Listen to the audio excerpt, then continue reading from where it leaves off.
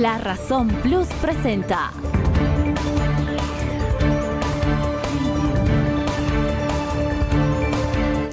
La Razón Radio, una manera distinta de contar las noticias y marcar el ritmo de ellas.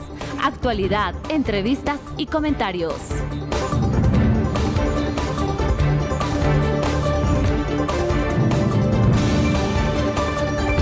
Con ustedes, Rubén Atahuichi y Antonio Dalense.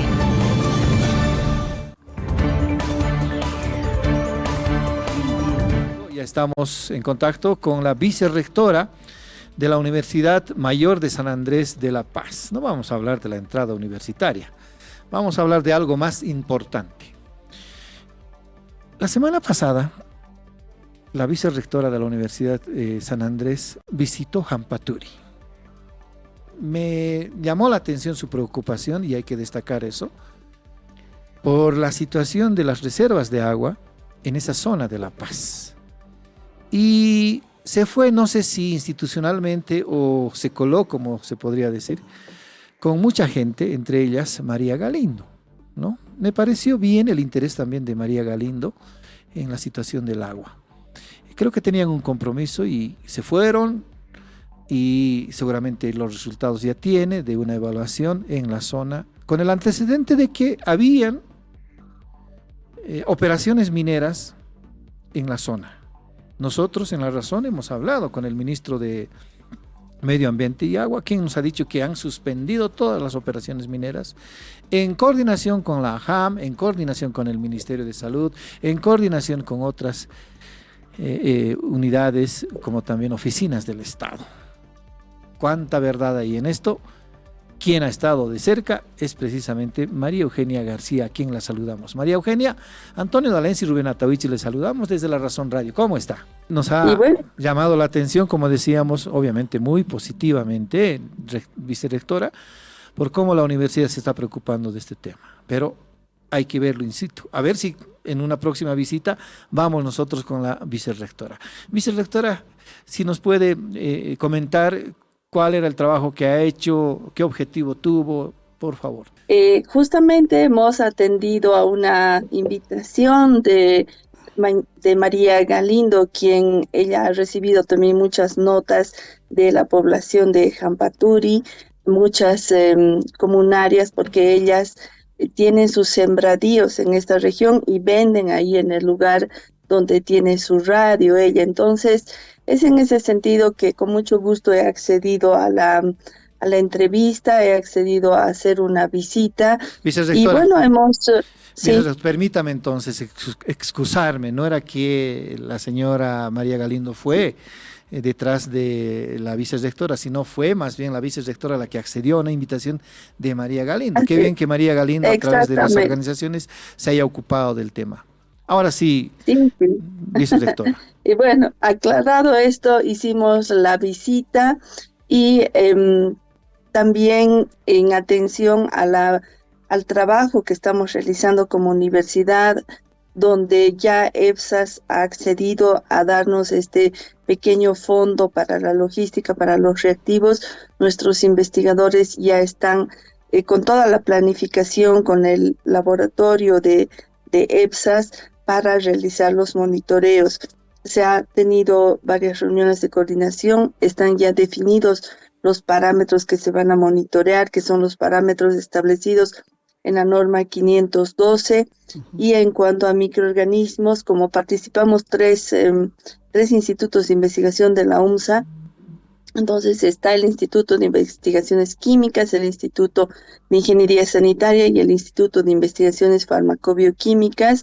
Se va a hacer también un monitoreo de toda la parte y el componente de microorganismos, que no está en la norma todos los microorganismos que se van a hacer, pero se van a estudiar parásitos, bacterias, y eso se ha ido a informar a la comunidad, a una de las comunidades, porque hay muchas, ¿no? Hemos llegado a la primera laguna, prácticamente al primer reservorio, y ahí hemos tenido la reunión con la comunidad. Nos ha acompañado también EPSAS, por supuesto, su departamento de comunicación, sus técnicos, y también el objetivo era no solo de explicar a la comunidad qué es lo que está haciendo la universidad, qué es lo que está iniciando este trabajo que se va a hacer conjunto con EPSAS, sino también el trabajo de investigación que vamos a realizar en toda esa zona. Como universidad hemos conseguido otro fondo adicional para poder estudiar incluso las cabeceras de cuenca, que consideramos es muy importante porque es el lugar donde todavía tenemos nevados y que de ahí vienen las aguas para la ciudad de La Paz. Entonces, a priori podemos decir que son lugares sin contaminación que debemos cuidar y preservar para no quedarnos sin agua. Evidentemente se han visto actividades mineras, algunas operaciones, se han visto drenajes ácidos, lo que se conoce comúnmente con el agua de Copajira, hasta el lugar donde hemos ido. Cuando comencemos el monitoreo en esa región vamos a ir hasta más arriba, ¿no? Nos dijeron que más arriba nos estaban esperando con palos, con piedras, que ahí nadie pasa, que no pasa ni el ministro. Entonces, bueno, veremos hasta dónde podemos llegar. Eso ya cuando nos toque monitorear ese punto. Y como había dicho, cuando estemos en este monitoreo, vamos a invitar a toda la prensa, todos quienes estén interesados en seguirnos, para que puedan también acompañar este proceso. En el lugar, en la represa, se ha hecho una explicación de cómo se toma una muestra de agua. Muchas personas creen que es llevar una botella, alzar el agua y listo, ya se ha tomado la muestra, ¿no?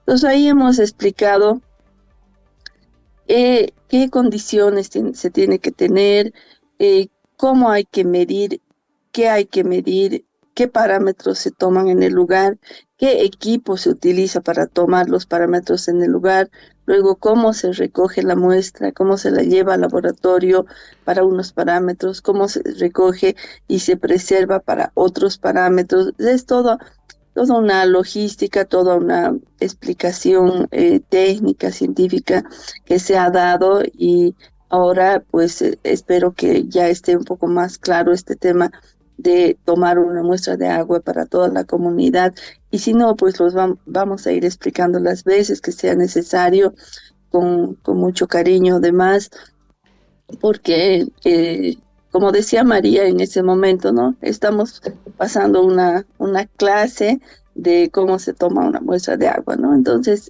más o menos fue así.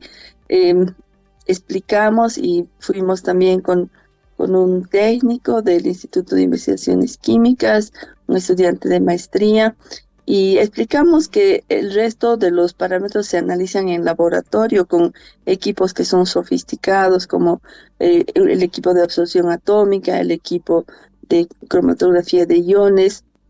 Afortunadamente, en la universidad contamos con estos equipos que han ido siendo adquiridos gracias a diferentes proyectos con la cooperación internacional. Tenemos nuestros laboratorios, nuestro material, la gente formada incluso a nivel de doctorado. Entonces podemos coadyuvar con esta problemática que se tiene en este momento en la ciudad de La Paz. El agua es lo básico, el agua es indispensable. Sin agua no podemos pensar ni siquiera en qué vamos a comer después, porque sin agua no hay riego para los sembradíos, no hay alimentación, no hay salud. Entonces tenemos que preocuparnos, y ahí la universidad y de este vicerrectorado, juntamente con los institutos de investigación, estamos haciendo todo el esfuerzo, le estamos poniendo todo el empeño para que este trabajo sea de utilidad para la población. Como dijimos en algún momento, vamos a mostrar como el cacho, lo que se ve se anota. Si todo está bien, pues una maravilla, y si hay parámetros que exceden el límite permisible, si hay algún tipo de parámetro que sobrepasa los límites máximos establecidos, también diremos dónde está el problema, y por supuesto podremos coadyuvar en la solución. A esta hora de la mañana ya estamos en contacto con la senadora Silvia Salame. Ella es de las listas de Comunidad Ciudadana. Ella había propuesto al inicio de los debates de la convocatoria a elecciones judiciales una ley que blinde todo el proceso. Ella lo lamentaba también en La Razón Radio, que no habían dado curso sus colegas a su propuesta y se basaron en un reglamento así de fácil para convocar a elecciones y también llamar a la preselección de postulantes. ¿Habrá sido el error original de la Asamblea Legislativa? Con esa pregunta saludamos a la senadora Silvia Salame. Senadora Rubén Atahuichi, con usted, estoy con mi compañero Antonio D'Alensi. ¿Cómo está? Yo creo que este momento no es un momento de establecer responsabilidades ni cantar victoria, de decir yo siempre dije, ¿no? Ya. Yo creo que en este momento tenemos que construir, Rubén, y ¿cómo debemos construir? Debemos demostrarle al país que realmente todas las fuerzas políticas queríamos un cambio en el sistema judicial.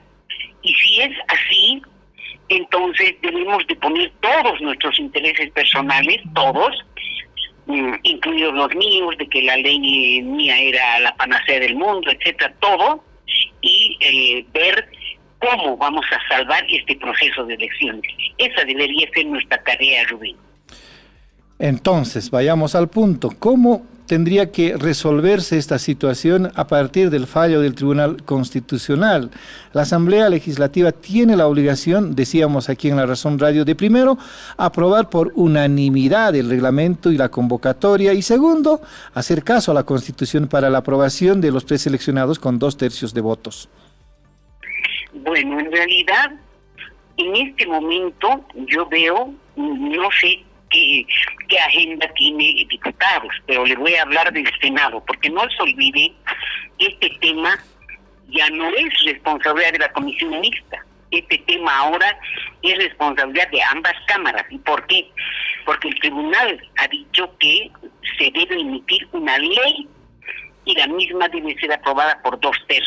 Entonces, en este momento en la Comisión de Constitución del Senado existen 2 proyectos de ley.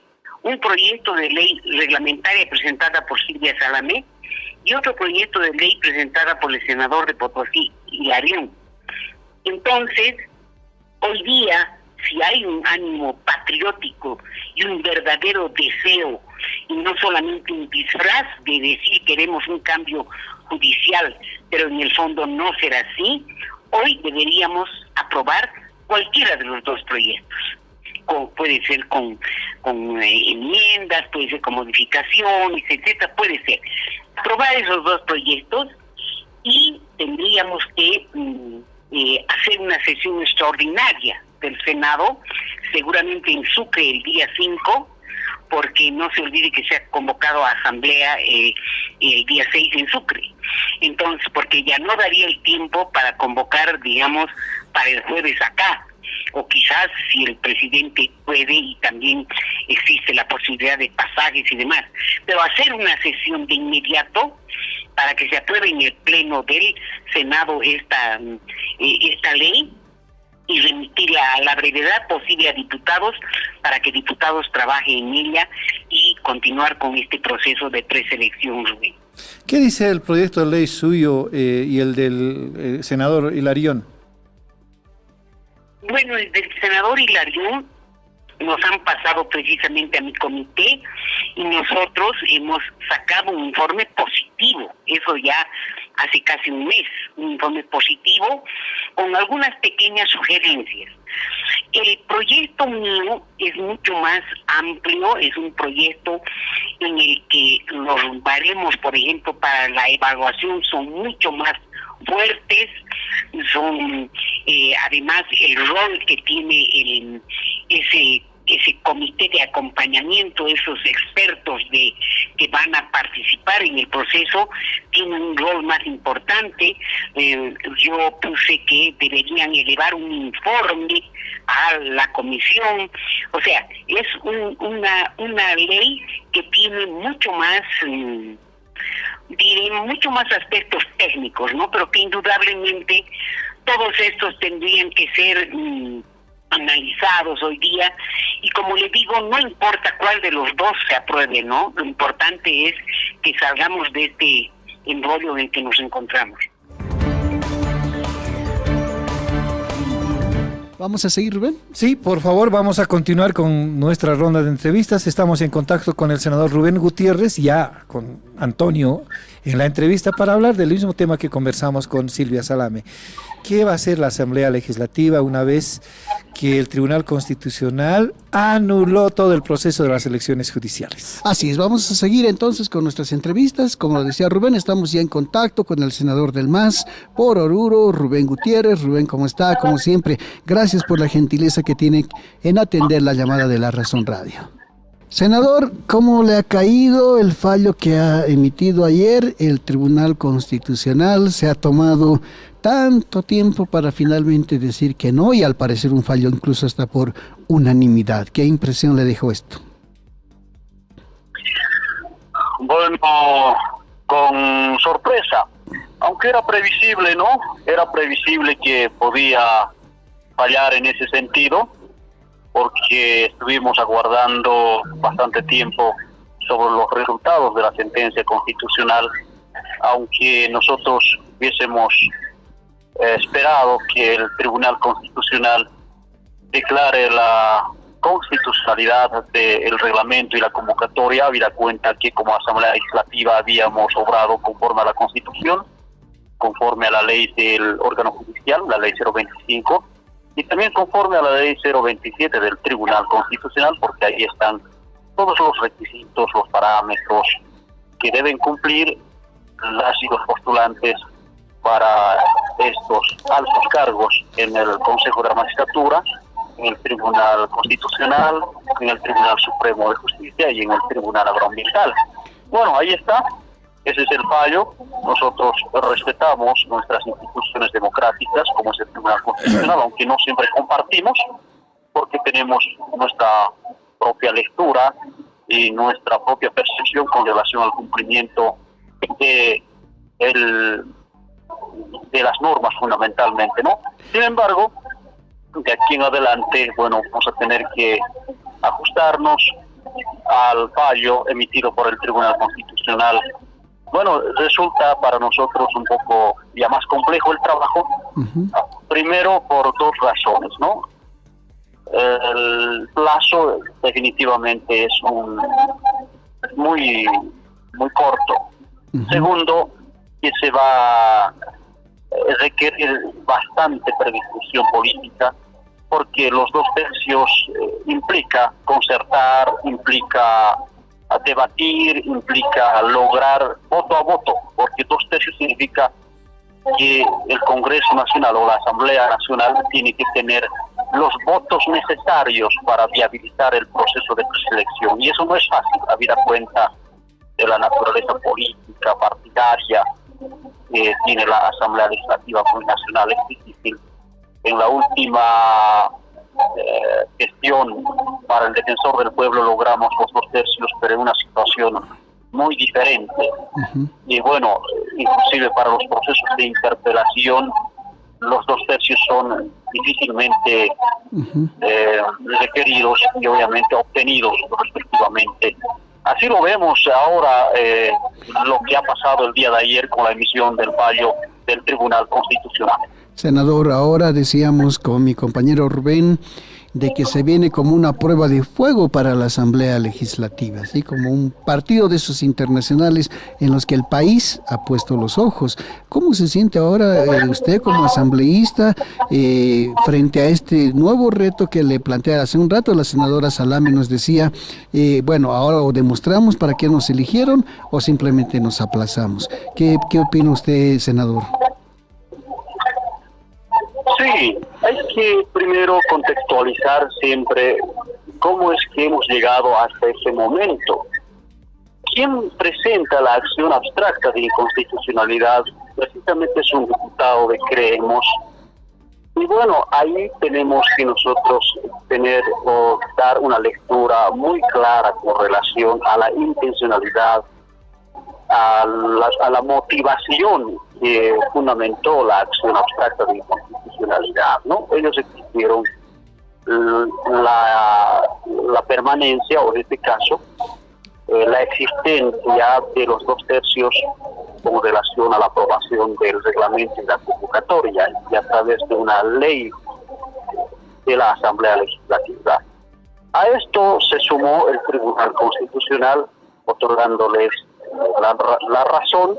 Consecuentemente, ahí la oposición se ve más fortalecida desde el punto de vista de su capacidad de veto a lo que nosotros podíamos haber planteado como bloque de mayoría en el Senado y en diputados como MAS y PCP, pese a las diferencias o tensiones internas que tenemos como MAS y PCP.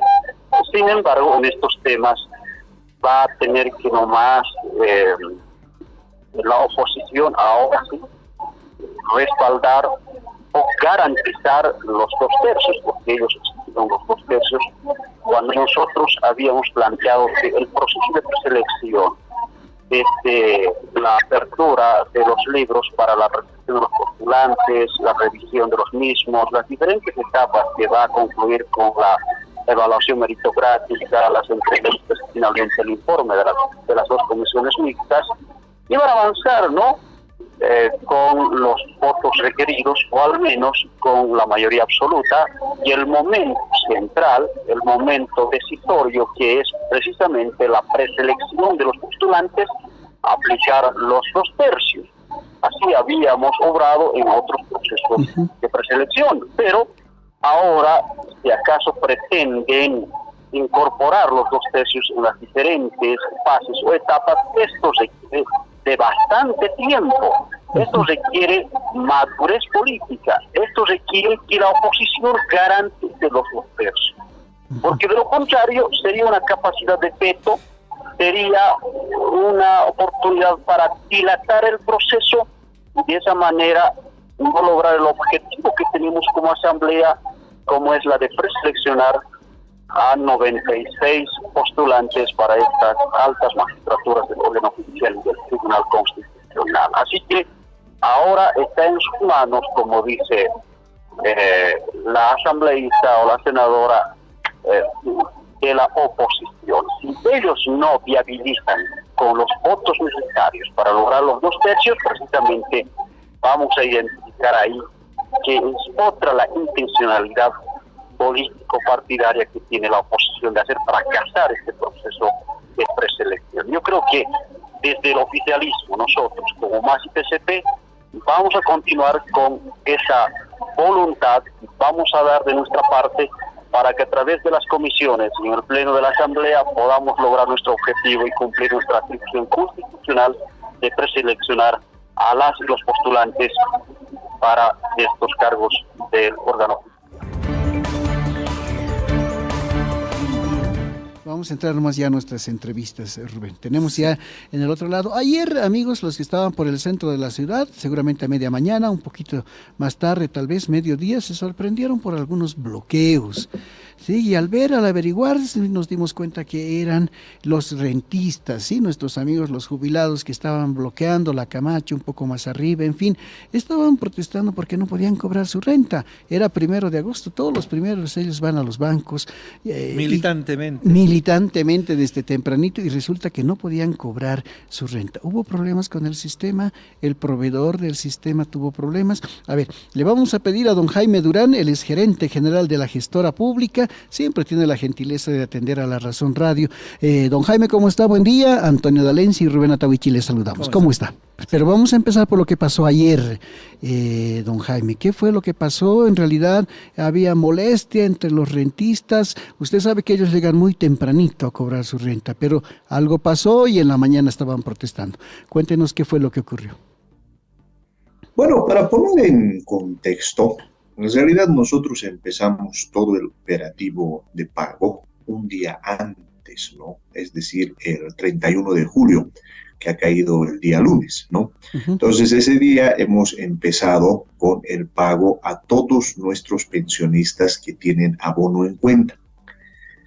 ¿Qué es el abono en cuenta? Es cuando un jubilado o un derechohabiente tiene una cuenta en una entidad financiera. Entonces abre la cuenta y nosotros lo que hacemos es abonarle directamente el pago. ¿no? Para que tengamos un poco el orden de datos que hemos estado trabajando, hasta el día lunes en la noche hemos realizado desembolsos para 115.305 beneficiarios, con un monto de 348 millones de bolivianos, ¿no? Ahora bien, como parte de la operativa, el día de ayer, martes 1 de agosto, debíamos empezar a pagar mediante la modalidad de ventanilla. ¿Qué es la modalidad de ventanilla? Es cuando un jubilado va a cualquiera de las 36 entidades financieras, lleva su carnet de identidad y cobra su pensión, ¿ya? Sensiblemente, lo que ha ocurrido en horas de la mañana es que nuestro proveedor, la empresa Síntesis, que es una empresa conocida en todo el país, es especialista en pagos, no solo le brinda servicio a la gestora, sino a otras entidades, a otros bancos, en fin, es una empresa que tiene bastante experiencia en el rubro, pero lamentablemente lo que ha ocurrido el día de ayer es que ha tenido problemas en su software, en su sistema, ¿no? Lo que ha provocado intermitencia. Entonces, como los datos tienen que viajar de punto a punto, esa intermitencia nos ha impedido continuar con los trabajos, ¿no?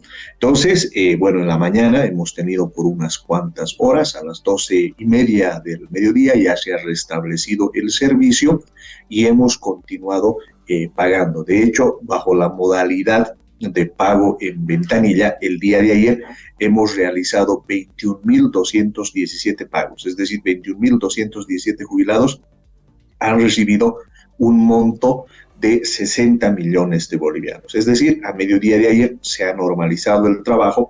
El día de hoy también hemos ya visto, porque hay jubilados que van desde las 7 de la mañana, a esta hora ya más o menos 2.000 jubilados ya han cobrado sus pensiones. Y para que tengamos un poco el dato global, hasta el momento ya hemos realizado 136.522 pagos y ya hemos inyectado en la economía 408 millones de bolivianos, ¿no? Conforme al último reporte que tenemos, ¿no? Entonces, el día de ayer, yo he pedido un poquito de paciencia a los jubilados. Sé que todos los jubilados esperan el 1 del mes su pago y corresponde darlo. Lamentablemente, este problema técnico nos ha aparecido justo el primer día de pago, pero bueno, ya lo hemos resuelto. Gerente, obviamente este hecho tan sensible en el problema de pago que pudiera sufrir algún jubilado causa pues repercusión. Ayer, en cuanto se cayó el sistema, como nos está explicando, ya la gente decía, ahí está la administración de la gestora pública, el Estado puede pagar. Sí, sí. ¿Qué garantía hay de que para el pago del siguiente mes la situación no se repita? Bueno, lo que nosotros hemos establecido, en primer lugar, yo rápidamente he aclarado porque han empezado a correr algunos rumores, ¿no? De que no habíamos desembolsado, claro, que no teníamos plata. Ahí yo inmediatamente les he indicado, todas las pensiones están garantizadas, todos los recursos ya lo hemos desembolsado precisamente el día lunes, por eso hemos empezado la operativa mediante abono en cuenta, ¿no? Ahora, ¿cuáles son las garantías que nosotros ofrecemos para este tema? Primero, naturalmente, en el marco del contrato, estamos ya procediendo a la sanción a la empresa, porque nuestro contrato es muy claro, tenemos que tener un servicio 24 horas, 7 días a la semana. Esto puede incluir multas a la empresa, ¿no es cierto? Naturalmente, el equipo jurídico está evaluando. Por otra parte, también nuestros ingenieros están estableciendo un mecanismo de tal manera que esto no vuelva a ocurrir, ¿cierto? De tal manera que nuestros jubilados el primer día de mes tienen que tener su pensión, ¿cierto? Eso está totalmente fuera de discusión, es un compromiso que nosotros tenemos. Por esa razón, el día de ayer yo he salido a la prensa a pedir un poquito de paciencia a la gente. Hay ocasiones en las que se presentan también estos problemas técnicos, no vamos a tratar de minimizar, pero también hay que ser bastante honestos, hay que ser bastante sinceros. Son máquinas, hay momentos en los que tienen algún tipo de esta situación. Lo de bueno es que tenemos el know-how, la empresa conoce muy bien cómo hacer su trabajo, eso se ha solucionado rápidamente y yo quiero garantizar a la población que es la última vez que va a ocurrir este tipo de situaciones y que vamos a cumplir con puntualidad en los pagos a los jubilados, que son las personas a quienes nos debemos, a quienes tenemos que atender con prontitud. Y para hablar de política estamos ya en contacto con nuestro amigo Vladimir Peña. Él es analista, abogado, cruceño, con quien vamos a hablar sobre la situación política en el país. ¿Qué te parece? Claro que sí. ¿Cómo estás, Vladimir? Te saludamos Antonio D'Alenza y Rubén Atahuichi desde la ciudad de La Paz, donde más o menos quiere mejorar el tiempo, ¿no? Más o menos. Más o menos. Vladimir, hace un par de días el Tribunal Constitucional ha emitido su fallo. En realidad ha hecho conocer, ni siquiera ha transmitido el fallo a la Asamblea Legislativa, en sentido de que anula el proceso de las elecciones judiciales, deja en foja cero y la Asamblea Legislativa tiene la papa caliente. El problema en la Asamblea Legislativa es el Movimiento al Socialismo partido, Creemos partido, Comunidad Ciudadana partida y parece que están en el limbo. ¿Qué criterio tiene Vladimir Peña de esta situación? Un criterio jurídico que probablemente pueda respaldar lo que ha hecho el Tribunal Constitucional, decir, este reglamento se ha hecho mal, se necesita hacer por 2/3, se necesita cumplir lo que dice la Constitución, una ley y que pueda adaptarse a los parámetros. Probablemente desde ahí es sensata la decisión del Tribunal Constitucional, pero me temo que aparte de las cuestiones jurídicas, hay otros elementos como el tema del plazo, el tiempo, cuándo se lo hace precisamente para que no haya el tiempo necesario para llegar hasta el 2 de enero, que es cuando se cumple el mandato de las autoridades o de los altos cargos judiciales hoy en el país, y precisamente dejar esto en el limbo. Entonces, la justicia está en un laberinto y por ahora sin salida, Rubén y Antonio.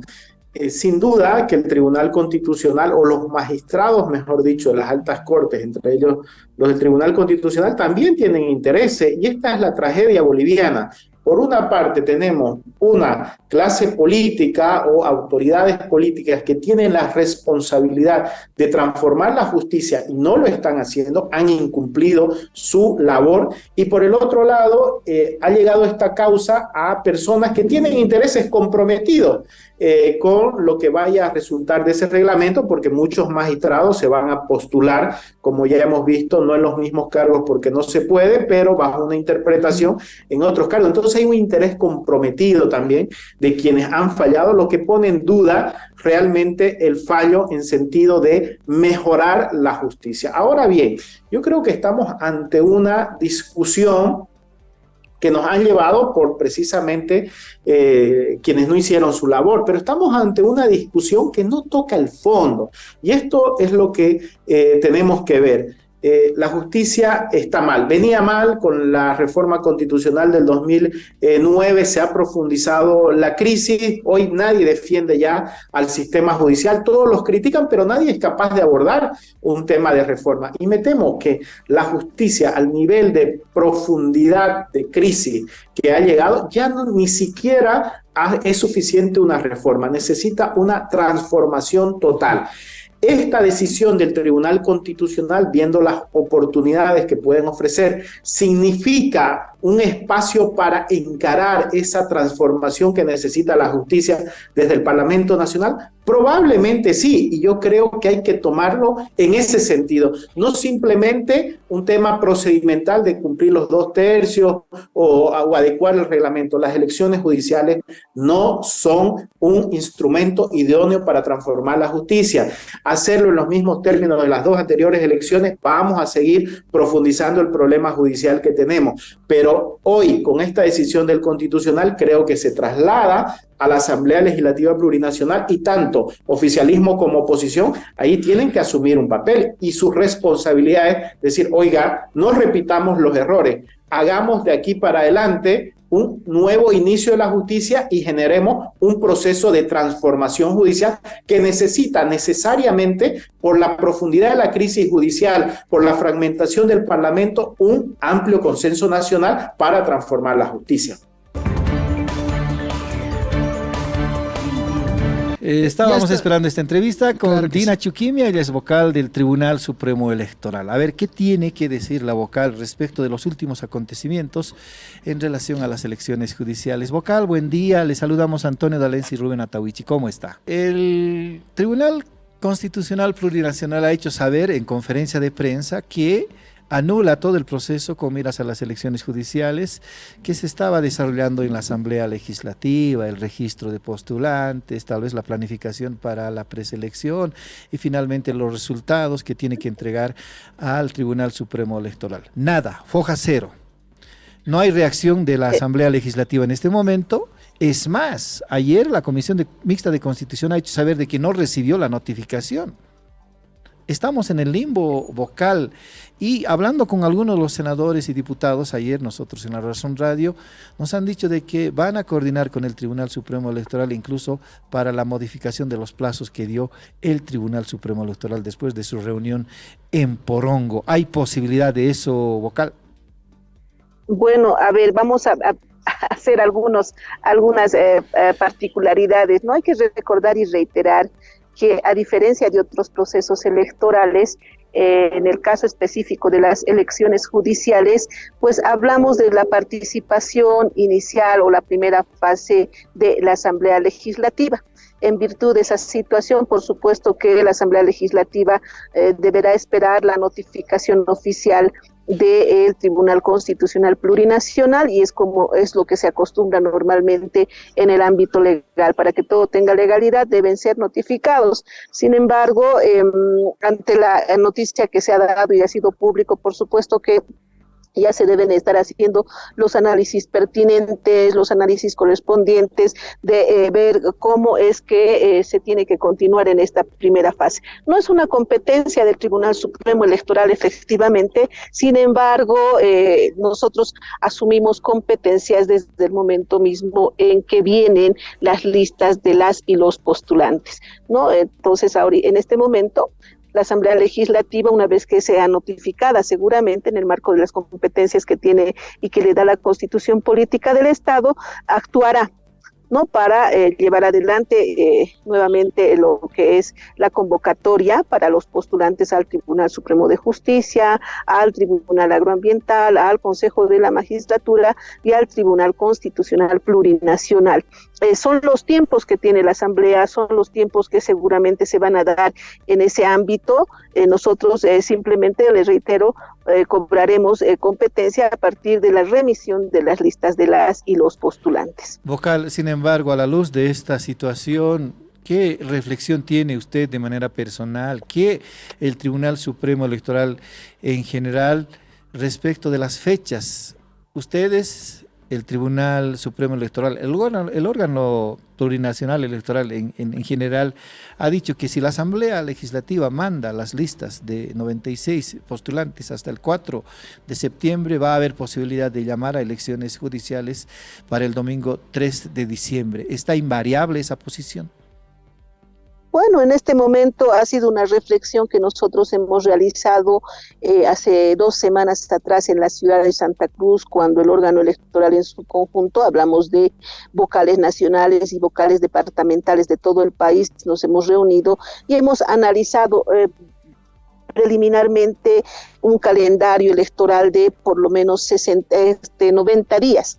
Un calendario electoral de 90 días donde se van a cumplir un poco más de 60 actividades que implica abrir el padrón electoral por unos días, entre 5 a 10 días, y ya no ampliarlo mucho porque los tiempos son reducidos. Hemos visto el tema de la difusión de méritos de las y los candidatos y por supuesto, para que exista elecciones judiciales o cualquier elección donde la ciudadanía vaya a elegir con su voto a sus autoridades, pues tienen que existir candidatos y para que en este caso, en el caso de las elecciones judiciales, existan candidatos, pues la Asamblea Legislativa debe remitir la lista de postulantes al Tribunal Supremo Electoral. En virtud de esa situación, el análisis ha sido realizado hace 2 semanas atrás.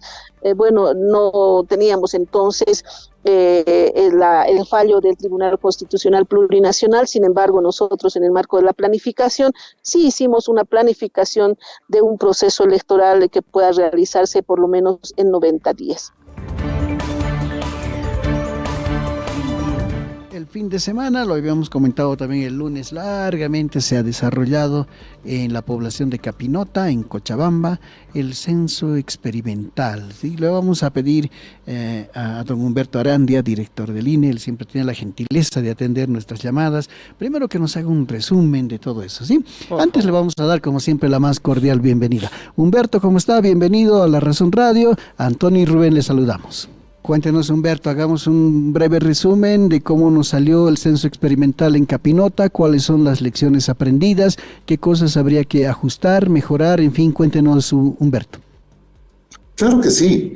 29, 30 y 31 de julio, arduo trabajo. Casi 1.500 personas desplazadas en el municipio de Capinota que trabajaron técnicamente para tratar de verificar instrumentos, procesos y procedimientos que aplicaremos ya el día del censo, con el objetivo de poder brindar un censo de calidad para todas y todos los bolivianos.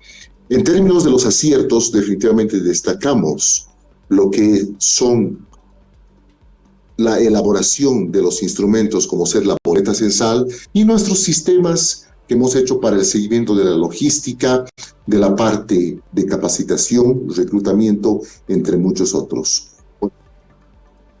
Encontramos que definitivamente las características y las realidades que existen y diferencias entre el área rural y urbano representan un desafío significativo para poder encarar el censo, con lo cual el INE redoblará esfuerzos para poder lograr un censo de calidad, sobre todo en lo que es el área rural. Pero adicionalmente encontramos un desafío adicional, que lamentablemente al censo se le está volviendo o intentando volver nuevamente un hecho político, por algunos actores políticos aislados, pero que tienen su repercusión en ciertas regiones de nuestro país. Humberto, podríamos, sí, si usted gusta abundar entonces en esto, decir quiénes son estos sectores, por qué se quiere volver a politizar el censo. Tiene usted seguramente algunos criterios sobre eso, Humberto. Sí, como institución nos sorprende profundamente las declaraciones, sobre todo del señor Vicente Cuéllar, rector de la Universidad Autónoma Gabriel René Moreno, y autodeclarado candidato futurible desde el punto de vista político, quien trata de defenestrar el trabajo del INE y del censo experimental. Es difícil poder pensar que el señor Cuéllar o alguien de su casa de estudios pueda señalar criterio alguno en torno al censo experimental de Capinota, porque él directamente no estuvo presente. ¿Cómo alguien como el señor Cuéllar, que no tiene ningún tipo de experiencia en procesos censales y ni siquiera mandó a algunos de sus limitados técnicos que tienen algún tipo de conocimiento en procesos censales, puede descalificar un proceso de una actividad que ni siquiera conoce? Realmente no lo entendemos. Adicionalmente, destacar que el señor Cuéllar quiere hacer aparecer a la luz pública que no se realiza ningún tipo de coordinación y que no existe transparencia. Lamentablemente vemos que el señor Cuéllar no tiene ni palabra ni memoria. El 19 de junio, personalmente, tal cual se puede verificar en la página web del señor Cuéllar, recibí al rector de la Universidad Gabriel René Moreno con dos de sus asesores, el señor Jorge Santisteban y el ex candidato a alcalde de La Paz, el señor Omar Rocha, en mi oficina, donde, compartiendo con un agradable café durante más de una hora, se le explicó todos los avances del proceso censal a él, y él personalmente me señaló que se encontraba gratamente sorprendido por el buen avance técnico del proceso censal. En esta reunión acordamos en un pacto de caballeros encarar el proceso censal de una manera técnica y no política. Lamentablemente, con su actuar, el señor Vicente Cuéllar demuestra que es una persona que no tiene palabra.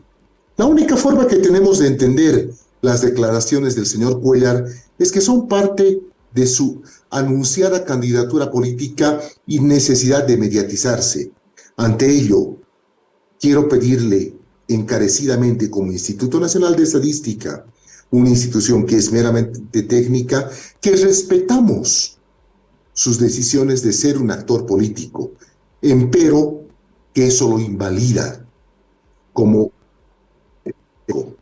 El INE está trabajando bajo todos los trabajos para los parámetros técnicos internacionales de calidad y está siendo acompañado por una comisión internacional de alto nivel donde estamos cumpliendo rigurosamente cada uno de los hitos del proceso censal. Quiero pedirle a Vicente Cuéllar, por favor, deje de hacer campaña política con un tema técnico.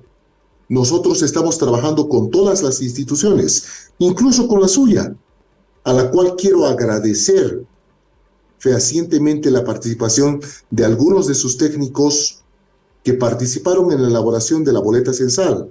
Quiero agradecer a la gran cantidad de alumnos de su Casa Superior de Estudios que sí participaron en talleres que brindamos dentro de instalaciones de la UAGRAM y que pudimos explicar con un sentido técnico todo lo que es el censo y sus avances. 9:04 a.m. Nos vamos a Estados Unidos. ¿Qué te parece? Así a Gringolandia. Un vuelo charter, ¿no? Un vuelo charter. Directo. Nos vamos a Estados Unidos. Hasta Gringolandia. Allí se encuentra nuestro amigo Tomás Becker, abogado él, activista por los derechos humanos. Con él vamos a hablar de varios temitas. Tomás, buen día. Le saludamos Antonio D'Alenza y Rubén Atahuichi. ¿Cómo estás? Ahora sí podemos entrar. Hemos publicado y hemos leído bastantes noticias. Tomás, hoy jueves, Donald Trump tendría que estar frente a una jueza que ya ha condenado a varios de los simpatizantes de Donald Trump y bueno, tendría que él comparecer. ¿Qué esperamos de este juicio? Tomás, ¿cómo lo ves tú? Cuéntanos todo eso, por favor. Bueno, hablando de ex oficiales y cárceles, Donald Trump está en su tercer caso criminal en los Estados Unidos. Hay otro caso, él fue, un caso civil de violación. Él, sí, según este caso, violó a una mujer, pero es un caso civil. Hay 3 casos criminales contra él. El caso recién que acaba de pasar es el caso sobre, la insurrección, casi el golpe o intento del golpe, como pasó en Bolivia. Y hoy va a ir a la corte donde va a recibir la imputación formal. Hay 4 cargos y va a recibir su imputación formal y comienza el caso, su tercer caso criminal. ¿Cuáles son esos cargos, Tomás? ¿Los podemos repasar, por favor? Sí, más o menos son muy técnicos, pero conspiración para defraudar los Estados Unidos, conspiración para obstruir un procedimiento oficial, obstrucción o intento de obstrucción de procedimiento oficial y conspiración contra los derechos. Pero más o menos es que él participó en lo que pasó el 6 de enero en los Estados Unidos, esta insurrección, basado en muchas mentiras, y él impulsó la violencia que pasó estos días, el 6 y después, y por eso va a estar, ha recibido estos cargos. Como Camacho y los otros que participaron en el golpe en 2019, que participaron, tal vez Camacho no quemó una casa, pero su discurso, sus acciones, él entró el palacio ilegalmente. Estas acciones impulsaron un golpe de Estado. Ahora, Tomás, ¿cuáles son las evidencias? Porque sin duda, claro, una de las principales acusaciones es que él intentó revertir y tergiversar, hacer fraude, en otras palabras, con los resultados de las elecciones. Que ganó Joe Biden. Sí, hay evidencias sobre eso, decían ayer las noticias en Estados Unidos. ¿Qué nos puedes contar sobre esa parte específica? Bueno, vamos a ver, porque ya han presentado el caso, pero no las pruebas. Por ejemplo, hay 6 personas más que son parte de esto, pero formalmente no han dicho quiénes son. Tenemos una idea sobre algunos, su ex abogado, un asesor, pero hay mucha información que no es pública todavía, incluso la prueba directa. Pero los expertos hablan de las pruebas que existen muchas formas de pruebas son las mentiras, que son totalmente mentiras. Sabemos que son mentiras, pero él dice algo para impulsar esta violencia. Su vicepresidente ha dicho que ha mentido para impulsar esta violencia. Otros oficiales en su gobierno han dicho esto. Entonces hay testimonios de su propia familia donde hablan de, esta forma de obstrucción o conspiración de defraudar a los Estados Unidos. Y también hay otras cosas que probablemente va a ser otro caso en el estado de Georgia, donde, por ejemplo, hay llamadas donde que hay audios que existen donde está hablando de solamente te necesito X votos, tienes que encontrarme X votos. Entonces, donde está hablando de cómo conspirar o defraudar los resultados o cambiar los resultados. Entonces, esas pruebas van a ser parte de este caso, pero no han dicho cuáles pruebas van a usar todavía. Tomás, háblanos ahora un poquito de la jueza Tania Chutkan, se pronuncia, seguramente tú nos vas a ayudar. Entiendo que es una jueza que ya ha participado mucho de este proceso, ha sentenciado a varios de los activistas o personas que se han movilizado en el Capitolio el 6 de enero de 2021, como dices, y además, ¿a qué sanción se estaría exponiendo Trump en este caso? Bueno, esta jueza ha estado, está en Washington, D.C. Los casos de Trump están en varios lugares. El último caso está en Florida, donde escondió sus pruebas o su información confidencial. Entonces, hay casos en varios estados. Hay un caso en Nueva York también. Esto es en Washington, D.C., donde hay muchos casos de insurrección del intento del golpe. Por eso hay muchas personas participaron en esto. Entonces los jueces allá están manejando estos casos. Y esta mujer ha manejado otros casos similares de las personas que entraron el Capitolio para intentar el golpe. Por eso tiene una experiencia, tiene un conocimiento de los hechos y lo que pasó estos días. Y también los resultados de la información o las palabras de Trump. Entonces, yo creo que es una jueza muy importante para este tipo de caso. Es un caso muy delicado, pero ella tiene la experiencia. Lo que me preocupa es que ahora va a ser, la verdad es, todavía hay mucha violencia. Los seguidores de Trump son muy violentos, son como la Unión Juvenil Cristianista, ultraderechistas que tienen violencia y ella va a recibir amenazas. Va a ser muy complicado para ella y para sus familiares, yo creo. Pues ya tenemos nuestra primera entrevistada en línea. ¿Qué te parece? Sí, vamos a saludar entonces a la senadora de Comunidad Ciudadana, Silvia Salame. Está por Comunidad Ciudadana, así fue elegida, pero hoy por hoy tiene sus diferencias. Y ya lo hemos hablado con ella varias veces. Con ella queremos hablar, primero le vamos a dar la bienvenida. Senadora, ¿cómo está? Buen día. Antonio y Rubén, le saludamos. Bienvenida a La Razón Radio. Senadora, claro que sí, se ha aprobado ya la noche pasada, anteanoche en realidad, se ha aprobado ya una ley, digamos, express, por ponerle algún nombre, para un poco reencaminar esto de las elecciones judiciales. Senador, usted estuvo presente, cuéntenos cuál es el proyecto de ley que se aprobó, qué viene ahora, por qué se dieron este plazo hasta el 8 de agosto, en fin, cuéntenos todo eso, senadora, por favor, otra vez bienvenida. Gracias, muy amable. En realidad lo que ha acontecido es que solamente se ha puesto en agenda del Senado, pero después se declaró un cuarto intermedio para considerar si se iba a proceder a analizar el informe y el proyecto de ley tanto en su estación en grande como en la estación en detalle.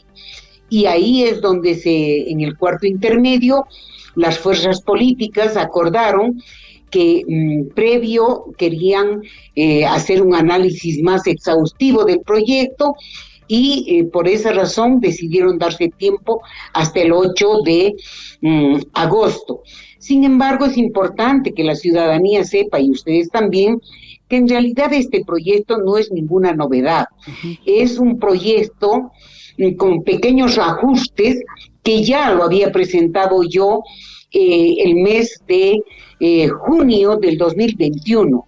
O sea, este proyecto sustancialmente hace 2 años que se presentó y fue rechazado, lo volví a presentar en noviembre, lo volví a presentar el año pasado, este año volví a presentar y otro colega presentó otro similar, no igual, similar, y ese fue el que me pasó al comité del que formó parte yo, y dimos el informe positivo, y sobre ese proyecto, con autorización del proyectista, incluimos algunos aspectos de la ley reglamentaria que había sido propuesta por el doctor Alarcón, y también que en definitiva lo habíamos consensuado en la reunión de la comisión mixta, donde las 3 fuerzas políticas llegamos a un borrador y se pasó a consulta a cada fuerza política. Comunidad Ciudadana en su integridad aprobó ese proyecto. De ese proyecto se han recogido todas las sugerencias, incluso hemos ido más allá de lo que ese proyecto de reglamento había sido consensuado. Entonces, yo entiendo que este proyecto de ley que hemos aprobado en la comisión no ha de dar mayores problemas. Quizás hay algunos aspectos que se puedan mejorar, porque indudablemente toda obra humana es susceptible a ser mejorada, pero sustancialmente no tendría que cambiar nada. Este proyecto toma aspectos que nunca se habían tomado en cuenta hasta el día de hoy para hacer un proceso de preselección. Y considero por esa razón de que es un proyecto muy bien estructurado, Rubén. Senadora, ¿podríamos entrar un poquito en detalle de qué es lo que plantea este proyecto? Tal vez los elementos centrales.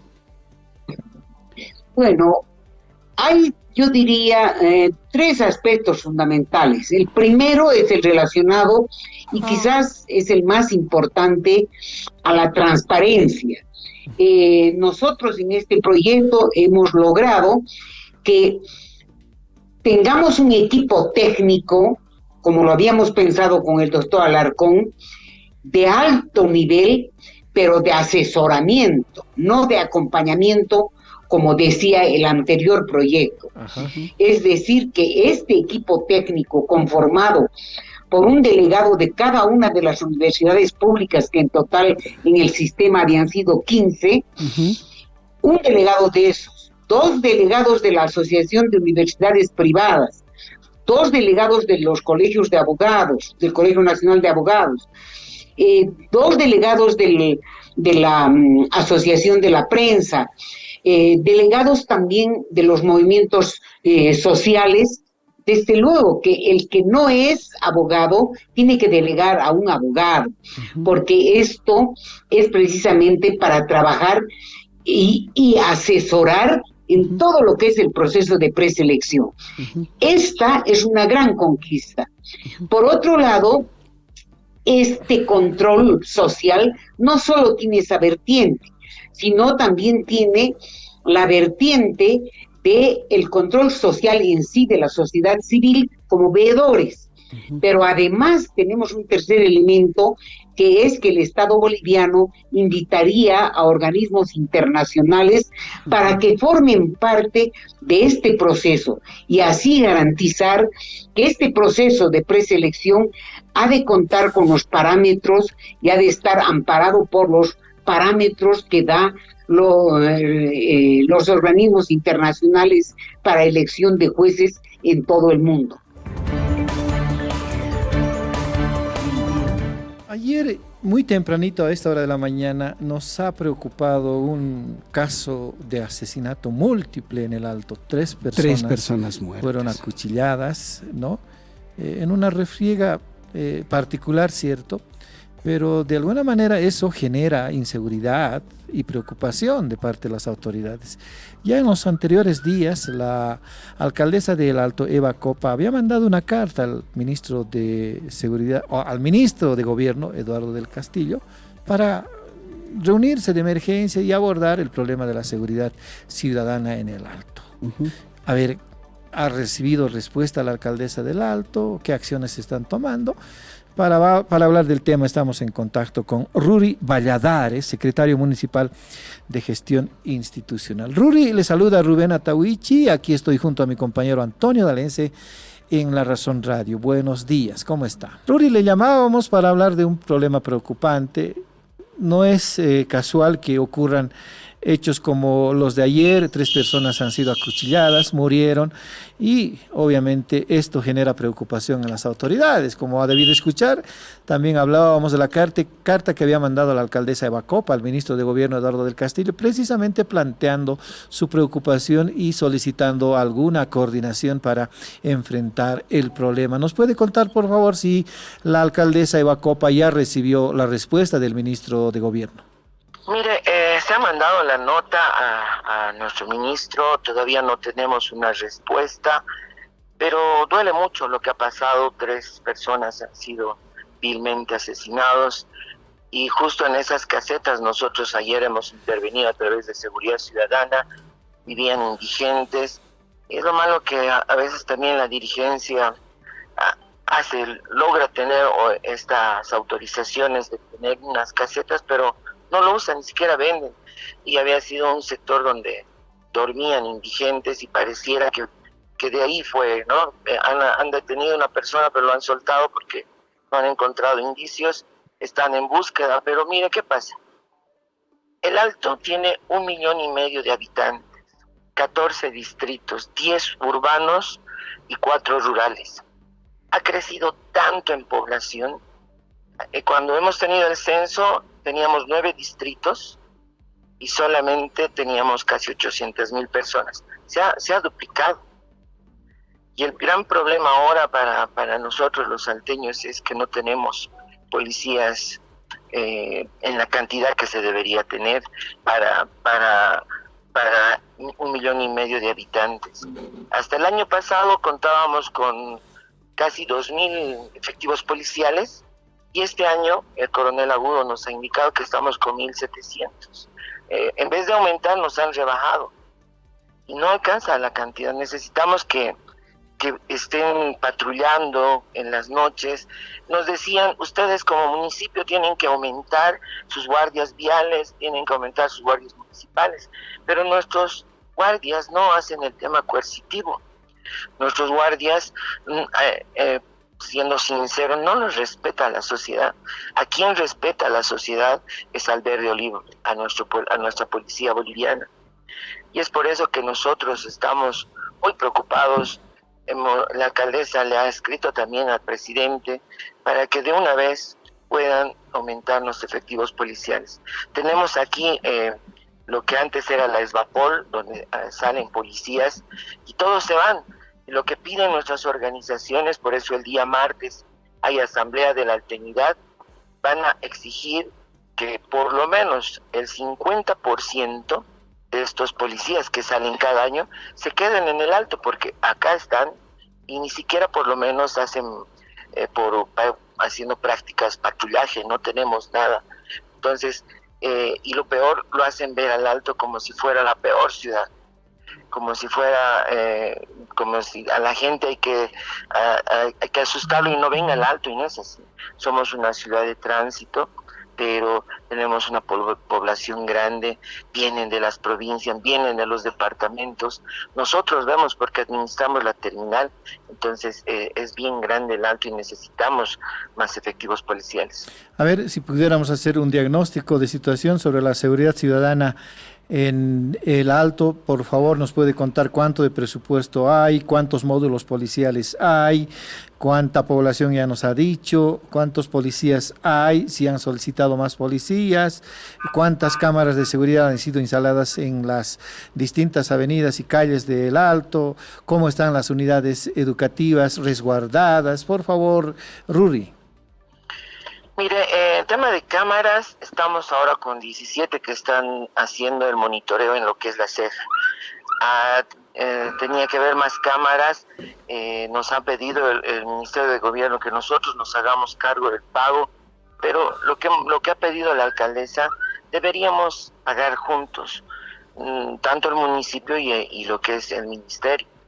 En el tema de las unidades educativas nos falta cámaras, estamos coordinando con las juntas escolares para poner cámaras con el municipio, pero quien tiene que administrar y tener el centro de monitoreo tiene que ser la policía. Entonces no hay esa coordinación, nos está faltando. Yo exhorto a nuestras autoridades nacionales a que le pongan más énfasis en la ciudad del Alto. Mira, los medios de comunicación todos los días, especialmente Unitel, Red 1, Bolivisión, hacen ver como si el Alto fuera la ciudad más peligrosa, que no puedes andar. Todos los días nos sacan lo malo, lo feo. No sé si lo hacen con un fin de desacreditar a esta valerosa ciudad, pero nosotros también hemos mandado las notas. ¿Por qué tanto el ataque al Alto? En Santa Cruz matan gente todos los días y no sacan los reportajes. En el Chapare, tantos, creo que a balazos allá actúan los entre ellos y no sacan esas noticias, pero sí al Alto lo están satanizando y nos hacen quedar mal ante todo el mundo, porque el Alto le ha devuelto la democracia a Bolivia. El Alto es pues, el bastión político social de toda Bolivia, pero nosotros como municipio nos falta.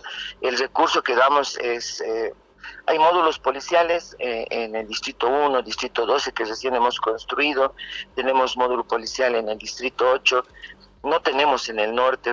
Mira lo que es el distrito 7, 6, 4, 5, 13, 9, no hay, solo tenemos una EPI, la de Huayna Potosí, que esa EPI abarca a estos distritos y no llegan. Entonces nos falta, si estamos hablando de 1.700 policías ahora. Por ahora vamos a ir a una entrevista.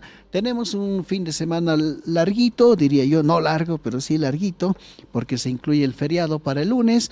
Mucha gente va a aprovechar seguramente para tomarse una pequeña vacación, un viajecito por acá cerca, los Yungas, el lago, en fin. De repente otros puedan ir un poquito más lejos, Cochabamba, Santa Cruz. Pero bueno, para hablarnos de todo eso, Rubén, hemos invitado ya a Eliana Ampuero. Ella es la viceministra de Turismo. Con ella vamos a hablar sobre qué es lo que se puede hacer este fin de semana. Eliana, ¿cómo está? Buen día. Antonio y Rubén, les saludamos. Bienvenida a La Razón Radio. Para mí realmente es un placer estar conversando cada vez con ustedes a propósito justamente de las actividades turísticas que podemos realizar en nuestra amada patria. Por decreto supremo 2750, todos los feriados nacionales que se celebran en días domingos se trasladan inmediatamente al día lunes siguiente, generando de esta manera un feriado largo vinculado a un fin de semana. Esto nosotros venimos trabajando fuertemente desde el gobierno nacional para generar mayores opciones de las cuales puedan disfrutar primeramente nuestra población, el boliviano, la boliviana, que se empodere, que recorra el país, que conozca este patrimonio turístico diverso. Y en ese sentido nosotros queremos dar a conocer que además de todos los sitios tradicionalmente, vamos a decir, que se van visitando en el lago Titicaca, Parque Nacional Madrid y por supuesto el Salar de Uyuni, que es muy conocido por turistas nacionales y también muy buscado por los internacionales. Queremos nosotros hacerles conocer que hay varios sitios emergentes y esto lo hemos descubierto también y lo estamos promocionando a través de las redes sociales del Viceministerio de Turismo en lo que hemos denominado una campaña sobre un concurso en realidad que se denomina Conoce Bolivia. Conoce Bolivia, en su segunda versión, ha convocado a las entidades territoriales autónomas del país en sus gobiernos municipales y departamentales para que nos hagan conocer en videos muy cortitos sobre los principales sitios turísticos que ellos desean promocionar. Y esto ha dado un buen resultado porque 34 municipios, 2 gobiernos departamentales nos han enviado una serie de material en el cual nosotros vamos descubriendo mayores maravillas en cuanto a recursos naturales y culturales se refiere, en 45 videos que muestran, sintetizan esta riqueza natural, cultural, gastronómica, cosmovisión, lugares paradisíacos y hacen una descripción detallada de estos atractivos que se apuestan a lo largo del territorio nacional. Entonces nosotros les invitamos a que visiten esta red social y descubran estos nuevos sitios turísticos que nos van a impresionar sin duda alguna. Esto es muy importante para el gobierno nacional, el turismo es un pilar estratégico de reconstrucción económica, así como lo refiere enfáticamente nuestro presidente Lucho Arce, y nosotros a través de estas campañas de promoción lo que pretendemos es que los flujos por turismo interno y receptivo también se vayan incrementando. Viceministra, a ver, si podríamos hablar de un par de lugares nuevos, como usted le llama. Sitios emergentes. Nuevos atractivos que tenemos de turismo y que podamos ir y que nos quede cerca, por ejemplo, de acá, de La Paz, de la sede de gobierno. 2 sitios a los que podamos ir que sean nuevos para nosotros. A ver, les comento que hemos trabajado muy fuerte desde la gestión pasada con la provincia Ingavi. La provincia Ingavi está conformada por 7 municipios y por 10 marcas. En este territorio hemos identificado 8 rutas turísticas potenciales para que sean visitadas por los bolivianos, los paseños, quienes deseen ir. Dentro de esta, una sorpresa muy grata ha sido que hemos encontrado una ruta de salares que están en los municipios de San Andrés de Machaca, por ejemplo, donde las personas van transformando, por ejemplo, una diversidad gastronómica, los aptapis que se ofrecen en el lugar. Entonces esto forma una nueva ruta de salares en el departamento de La Paz específicamente, y que se vinculan a otras rutas como son los sitios arqueológicos, en el que comanda por supuesto Tiwanaku, va por delante. Luego tenemos la ruta de los trenes que inicia por el municipio de Viacha. Luego tenemos otra ruta que es la ruta de las iglesias. En los 7 municipios y las 10 marcas hemos identificado iglesias coloniales impresionantes. Entonces todo esto en conjunto hace una especie de simbiosis, de sincretismo entre religiones, profesión de fe, gastronomía, realmente un conglomerado de elementos que se ponen a disposición de la población para que puedan realizar su viaje y disfrutar de estos sitios emergentes. La Razón Plus presentó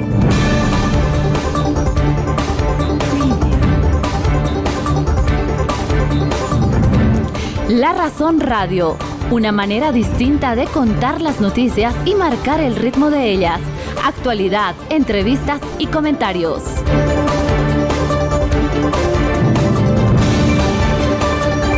Estuvo con ustedes Rubén Atahuichi y Antonio Dalense.